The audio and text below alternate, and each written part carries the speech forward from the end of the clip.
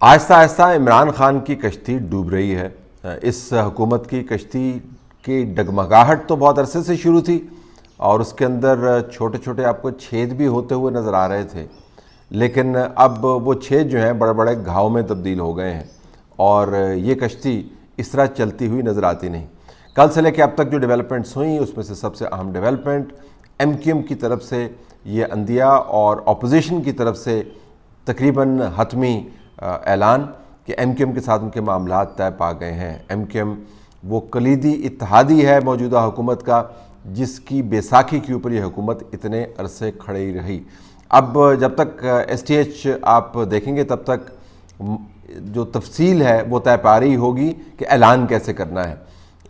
آخری وقت تک ہم کچھ نہیں کہہ سکتے جب تک حتمی طور پر خبر بن کر سامنے نہیں آئے، لیکن جو بہاؤ ہے اس سے یہی پتہ چل رہا ہے کہ رات کی بات چیت کے بعد ایم کیو ایم اپنی سینٹرل ایگزیکٹو کمیٹی کے ساتھ بات چیت کر کے اس معاہدے کی توثیق کر دی گئی۔ بلاول بھٹو زرداری نے بہرحال اپنی طرف سے تمام قوم کو مبارکباد دے دی، پی ایم ایل این کی طرف سے بھی مبارکبادیاں آ گئی ہیں اور خبریں یہ بھی چل رہی ہیں کہ اس معاہدے پر باقاعدہ دستخط ہو گئے ہیں۔ اگر یہ دستخط ہو جاتے ہیں تو پھر حکومت کے نمبر جو ہیں وہ کم ہو کر 164 رہ جاتے ہیں، یہ مفروضہ بناتے ہوئے کہ حکومت کے تمام اندر کے اپنے لوگ جو ہیں ان کے ساتھ کھڑے ہوئے ہیں، جو کہ ہمیں پتہ ہے کہ ان کے ساتھ نہیں کھڑے ہوئے۔ جو اپوزیشن ہے اس کے نمبر اگر یہ معاہدہ ہو جاتا ہے تو 177 پر پہنچ جاتے ہیں، یعنی 5 اس سے زیادہ ہوتے ہیں جو ان کو درکار ہیں، اور وہ ڈیفیکشن کے معاملات سے ہٹ کے نمبر پورے کر پاتے ہیں۔ تو ایک ایسی حکومت اگر ایم کیو ایم بطور اتحادی یہ حتمی فیصلہ کر کے اعلان کر دیتی ہے کہ ہم نے حکومت کو چھوڑ دینا ہے اور یہ خبر مکمل ہو جاتی ہے تو وزیر اعظم عمران خان عدم اعتماد کی تحریک سے پہلے ہی اپنا نمبر کھو دیتے ہیں۔ بڑا سوال اس کے اوپر یہ لاگو ہوگا اگر یہ ایسا معاملہ ہوا کہ وزیر اعظم پاکستان کو کیا اعتماد کا ووٹ نہیں لینا چاہیے؟ کسی اور نظام میں جہاں پر عارف علوی صاحب جیسے صدر نہ ہوں وہاں پر شاید صدر کو یہ احساس ہو کہ وزیر اعظم ہاؤس کا اعتماد کھو چکا ہے اور اعتماد کو ثابت کرنے کے لیے اس کو اعتماد کا ووٹ لینا چاہیے، لیکن ایسا نہیں ہوگا۔ عارف علوی صاحب کی کیا مجال کہ عمران خان صاحب کو کہیں کہ آپ اعتماد کا ووٹ لیں، تو یہ معاملہ ایسے ہی چلتا رہے گا، لہٰذا معاملہ ٹھہرے گا عدم اعتماد کے اوپر۔ لیکن نمبر جب پارلیمان سے باہر پورے ہو جائیں تو اندر کے حالات سے تو آپ خود ہی واقف ہو جائیں گے جب باہر کا ڈائنامک پارلیمان کے اندر جائے گا۔ اب عمران خان صاحب کی کشتی میں جو چھوٹے چھوٹے چھید جو بڑے بڑے گھاؤ میں تبدیل ہو گئے وہ کیا ہیں؟ سب سے پہلے تو جو چھید آیا جو ایک گھاؤ نما چھید تھا وہ اندر سے جو ریبیلین سامنے آیا، تو نمبر ایک تو آپ کہہ سکتے ہیں کہ اتحادی کی جانے سے پہلے ان کے اپنے لوگ ان کو چھوڑ کے چلے گئے۔ اس کے بعد آہستہ آہستہ اتحادیوں نے بھی چھوڑنا شروع کر دیا۔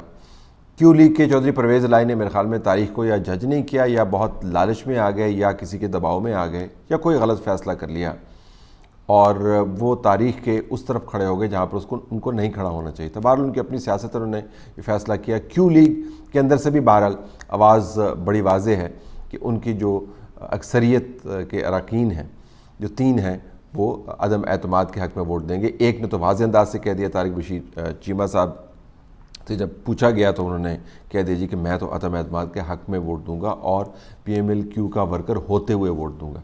اس کے بعد جی ڈی اے کے اندر آپ کو سپلٹ نظر آئی، باپ کی سپلٹ آپ کو نظر آئی، یہ بھی ایک بہت بڑا چھید اور گھاؤ تھا، لیکن باپ کی میجورٹی جو ہے وہ چلی گئی اپوزیشن کے ساتھ۔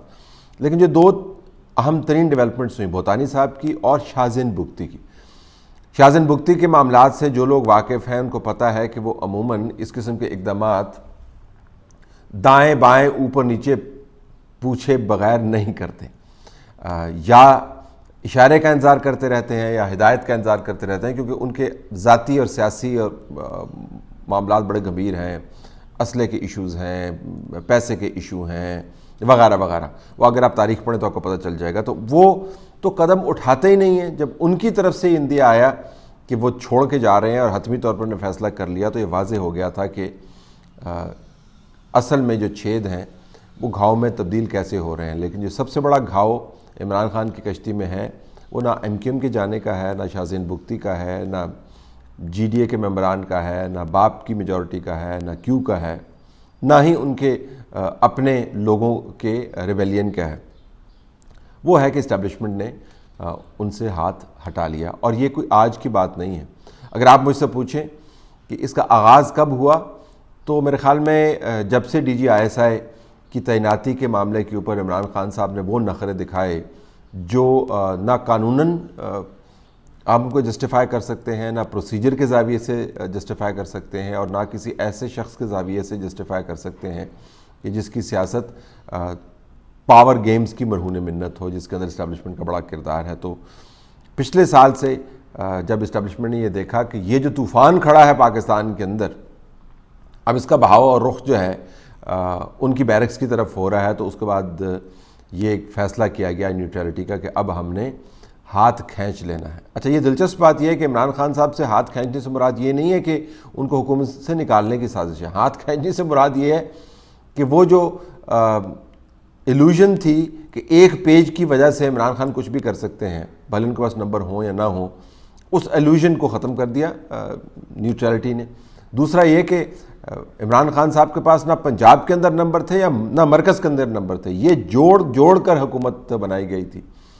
جو جڑتا ہے وہ پھر ٹوٹ بھی جاتا ہے. تو جوڑ کے حکومت بنائی اور اس کے بعد اس کو چھوڑ دیا کہ از خود وہ چلے، اور از خود وہ نہیں چل پائی. پچھلے سال سے اس نیوٹرلٹی کا آغاز ہوا، اور جب پھر سیاسی ڈائنامکس نے اپنی شکل اختیار کی تو پھر دوبارہ کوشش کی گئی کہ اسٹیبلشمنٹ کو انگیج کیا جائے، لیکن تب تک اپوزیشن بہت تگڑی ہو چکی تھی. اسٹیبلشمنٹ کے اوپر الزام لگانے والے یہ بھول جاتے ہیں کہ عمران خان کے پاس کبھی میجورٹی تھی ہی نہیں. اس ہاؤس کو وہ اپنی پارٹی کی اسٹرینتھ کے اوپر چلا ہی نہیں سکتے تھے. پنجاب میں وہ بزدار صاحب کو لا ہی نہیں سکتے تھے. تو 4.25 سال جو پرائم منسٹر بنے رہے کسی اور کی آشیرواد کی وجہ سے. پنجاب کے اندر بزدار صاحب کھڑے رہے کسی اور کے آشیرواد کی وجہ سے. جب آشیرواد دینے والے ہاتھوں کو آپ زخمی کرنے لگیں تو ہاتھ پھر کھینچ لیے جاتے ہیں. جب ہاتھ کھینچ لیے جاتے ہیں تو ہمٹی ڈمٹی دھڑام سے گر جاتا ہے. اس وقت ہمٹی ڈمٹی کے گرنے کا منظر آپ دیکھ رہے ہیں. باوجود اس کے یہ سازش کی بات کرتے ہیں کہ ہاؤس کے اندر بڑی خرید و فروخت ہو رہی ہے. عمران خان صاحب نے اس ہاؤس کو، ان انتخابات کو شفاف ترین انتخابات کہا ہوا ہے. نہ صرف عمران خان صاحب نے کہا ہوا شفاف ترین انتخابات، بلکہ اسٹیبلشمنٹ کے اس وقت کے ایک معتبر نمائندے نے بھی ان انتخابات کو، 2018 کے انتخابات کو شفاف ترین کہا ہوا ہے. اس کہنے کے بعد یہ کہنا کہ اس ہاؤس کے اندر سے سازشیں ہو رہی ہیں، میرے خیال میں بات بنتی نہیں ہے. جس ہاؤس کو آپ نے شفاف ترین انتخابات کا نتیجہ قرار دیا، جن انتخابات کے اوپر آپ نے اپنی بہترین مہر ثبت کی، اپنے آپ کو صادق اور امین ڈکلیئر کروایا، اور بتایا کہ کس طرح اس وقت پاکستان میں سب سے اچھا نظام قائم ہے، پاکستان میں سب سے بہترین حکومت کام کر رہی ہے، اور پاکستان پہلے پاکستان سے بالکل مختلف ہے. تو اسی ہاؤس کے مرہون منت تھا نا سب کچھ. تو اس ہاؤس کے اندر سے اب آواز آ رہی ہے کہ آپ قابل قبول نہیں ہیں. تو ہاؤس کے اندر سے طاقت حاصل کرنے والے ہاؤس کے اندر سے طاقت کھو جانے کے اوپر خجالت کا مظاہرہ تو کر سکتے ہیں، لیکن یہ دعویٰ نہیں کر سکتے کہ ان کے خلاف سازش ہوئی ہے. لیکن بنیادی گھاؤ، بنیادی شگاف، بنیادی چھید، بلکہ بنیاد کا اڑ جانا اس تمام کشتی کی، اس کا آغاز پچھلے سال ہوا تھا. عمران خان صاحب نے اپنی زبان سے اور اپنے اعمال سے سب کو ناراض کیا. خالد مگسی سے میں نے کل بات کی ٹیلی فون پر، نیوز چینل پر وہ انٹرویو پڑا ہوا، آپ اس کو دیکھ سکتے ہیں. دوسرے چینلز کے اوپر آپ چلے جائیں، تمام جو پارٹی کے اندر کے ممبران ہیں ان کے انٹرویوز پڑے ہوئے ہیں. آپ منسٹرز جو اس وقت حکومت کا دفاع نہیں کرتے ہوئے نظر آتے، ان سے آپ پوچھ لیں، آپ ججز سے پوچھ لیں، آپ الیکشن کمیشن سے پوچھ لیں، آپ میڈیا کے جو مین سٹریم کے لوگ ہیں ان سے پوچھ لیں، آپ اسٹیبلشمنٹ کے نمائندگان سے پوچھ لیں. عمران خان صاحب نے سب کو ذلیل کرنے کی کوشش کی ہے. اب وہ جو زبان کا وزن ہے وہ نظام شاید اٹھا لیتا اگر اعمال کا وزن بڑا زبردست ہوتا. اعمال ہے نہیں، زبان سے ہمیشہ غلاظت اگلتے ہیں، نمبرز بھی آپ کے ساتھ نہیں ہیں، اسٹیبلشمنٹ کے ساتھ سینگ لڑائے تو نتیجہ ایسا ہی نکلنا تھا. اگر عمران خان صاحب ابھی بھی بچ جاتے ہیں حکومت کو چلانے میں تو یہ غیر فعال قسم کی حکومت ہوگی. پاکستان اس وقت اگر یہ معاملات ایسے ہی لٹکے رہے تو بدترین غیر فعالیت کا شکار ہے. ریاستیں، پاکستان جیسی ریاستیں بالخصوص غیر فعال نہیں ہو سکتی، نظام غیر فعال نہیں ہو سکتا. ایک ایسی حکومت جس کے پاس سیاسی لیجٹمیسی ختم ہو جاتی ہے، اس کی رٹ بیوروکریسی سے لے کر بارڈرز تک اور سفارت خانوں سے لے کر آپ کی معاشی بات چیت تک ختم ہو جاتی ہے، تو یہ بڑا سوال ہوگا کہ عمران خان صاحب کے پاس اگر نمبرز موجود نہیں ہیں، آج اگر ایم کیو ایم نے حتمی اعلان کر دیا تو پھر کیا حکومتی اور ریاستی امور چلانے کے وہ اہل ہیں یا نہیں ہیں۔ لیکن اس حال تک عمران خان صاحب نے خود سے پہنچایا ہے، ان طریقوں سے پہنچایا ہے، ان الفاظ سے پہنچایا ہے جن کے بارے میں ہم اکثر کہتے رہتے تھے کہ یہ طریقے تبدیل کر دیں، یہ الفاظ تبدیل کر دیں۔ گالم گلوچ سے اور غلاظت اگل کر آپ ریاستیں نہیں چلا سکتے۔ آپ کے پاس اگر موقع آیا ہے تو اس موقع کو آپ کو استعمال کرنا ہے کارکردگی سے۔ اگر کارکردگی نہیں ہے اور غلاظت کے انبار لگے ہوئے ہیں تو پھر تو ظاہر ہے کشتی ڈوبنے کے علاوہ اور کیا کر سکتی ہے۔